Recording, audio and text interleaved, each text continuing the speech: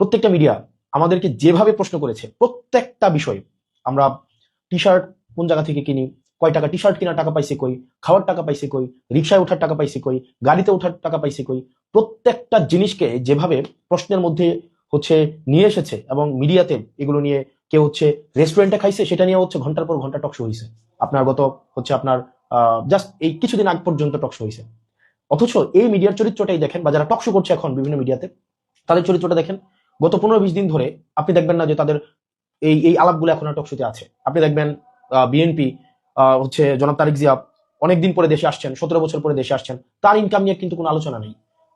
এতদিন পরে উনি এসে আপনার উনার অর্থ কিভাবে সংস্থান হচ্ছে, উনার জীবন নির্বাহ কিভাবে হচ্ছে, উনি কিভাবে এত বড় শোডাউন দিচ্ছেন, উনার নিরাপত্তার যে অর্থ সেটা কোন জায়গা থেকে সংগ্রহ করা হচ্ছে, এই বিষয়গুলো কিন্তু নিয়ে কেউ প্রশ্ন করছে না। একজনও না, আপনি একটা ব্যক্তিকেও আপনি দেখবেন না সেগুলো নিয়ে প্রশ্ন করতে। আসলে এখানে এই ভাই যেটা বোঝাতে চেয়েছে, তাকে যে প্রশ্নগুলো করা হয়েছে তাকে বা তাদেরকে, এই যে কত ক্ষোভ থেকে কথা বলছিল, তারা টি শার্ট থেকে কেনে বা এরকম নানা ধরনের প্রশ্ন যখন তাদেরকে করা হচ্ছিল, তাদের কিন্তু সেখানে কোনো আফসোস নেই। অর্থাৎ তাদেরকে আপনি যেভাবেই প্রশ্ন করে থাকেন না কেন, সেটা হাসনাত আবদুল্লাহ হোক বা আরও যারা যারা 5ই আগস্টের পরে ক্ষমতায় চলে আসছে, যারাই হোক, তাদেরকে আমাদের মিডিয়া কর্মীরা যেভাবেই প্রশ্ন করে থাকুক না কেন, সেটা নিয়ে কিন্তু সে আফসোস প্রকাশ করেনি। তার প্রশ্ন হচ্ছে, আরও যারা ছিল প্রভাবশালী রাজনীতিবিদ, তাদেরকে তো এই প্রশ্নগুলো মিডিয়া কর্মীরা করে না।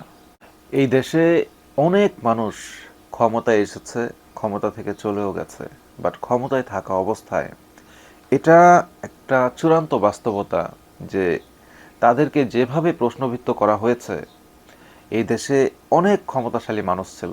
আওয়ামী লীগের আমলের কথাই যদি বলেন, কম বড় নেতাকর্মী তো আমরা দেখিনি, কই তাদের সামনে তো আমাদের দেশের মিডিয়ার লোকেরা এরকম কঠোরভাবে, এরকম প্রতিবাদী সুরে তাদেরকে তো প্রশ্ন করতো না। তার উপরে একটু আগে যেই কথা বললো তারেক রহমানের কথা, যে তার এত সম্পদ, এত বড় বড় শোডাউন, এখন আপনি যাই বলেন না কেন, আপনি যেই দলের লোকই হন না কেন, সত্য তো সত্যই। এই প্রশ্নগুলো তো সবাইকে আসলে করা হয় না।